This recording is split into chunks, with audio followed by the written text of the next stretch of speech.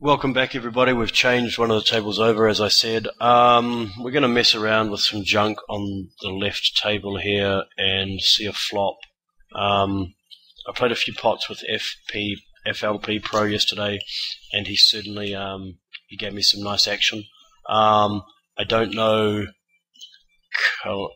Kiloska. When he bets 8, I think he's got like a king occasionally, but he's got nothing most of the time. What's the best line?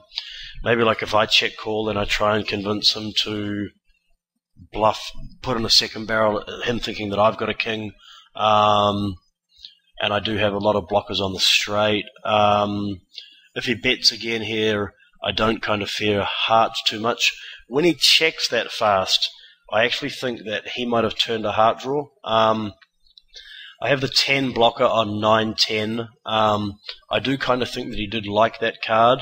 So I'm going to bet $12. If I get raised, it's interesting. I don't think he's going to raise me with 9-10, so we might start to consider bluffs in his raising range.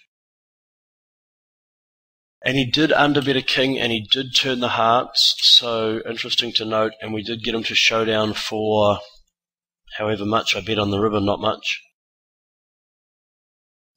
So yeah, just interesting to note those tendencies, and that was a little bit of a timing tell that I picked up on there, that he checked the hearts and he did want to see it. Full stacks, I'd love to 3-bet this, but we're just going to call it, see a flop on the button, see what happens, you know. Here, if you get action, you probably don't want it, it's probably from a bigger ace. And I think he's going to c-bet his air, so once again, I think flat calling is the best option. Got these kings on the right.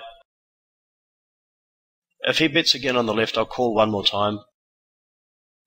I'm going to check rather. I'm going to be a bit of a nit and fold the kings. If Dino had a full stack, maybe I set mine, but you got to be wary of there's two guys in the blinds, they're short.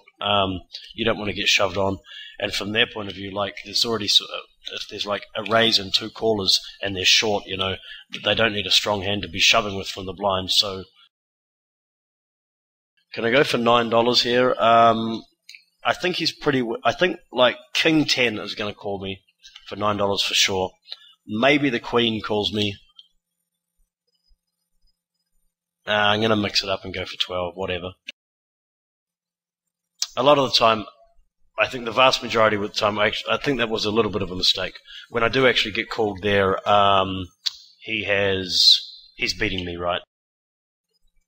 But you don't want to start trying to bluff in case he's rivered King 10 or anything. So, you know, maybe you're mixing it up so he doesn't get to see your hand at showdown. I think the times when I'm playing higher and the people are really observant, that's definitely something that I consider. But maybe not so relevant at 2-4, about not letting them see your hand at showdown in terms of what you've cold called with on the button, etc. Just going 2.5x for most of our raises right now. We'll look to keep it at the same for this session.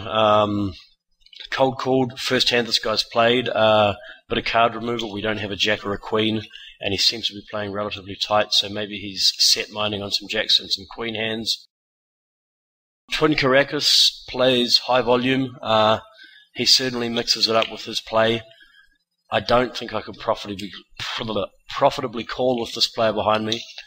And while we're only, 200 hands into this session, I played a little bit before you guys got here. I haven't seen him do anything silly. So we reluctantly give up our high card hand, a lot of which is due to position, some of which is due to stack sizes.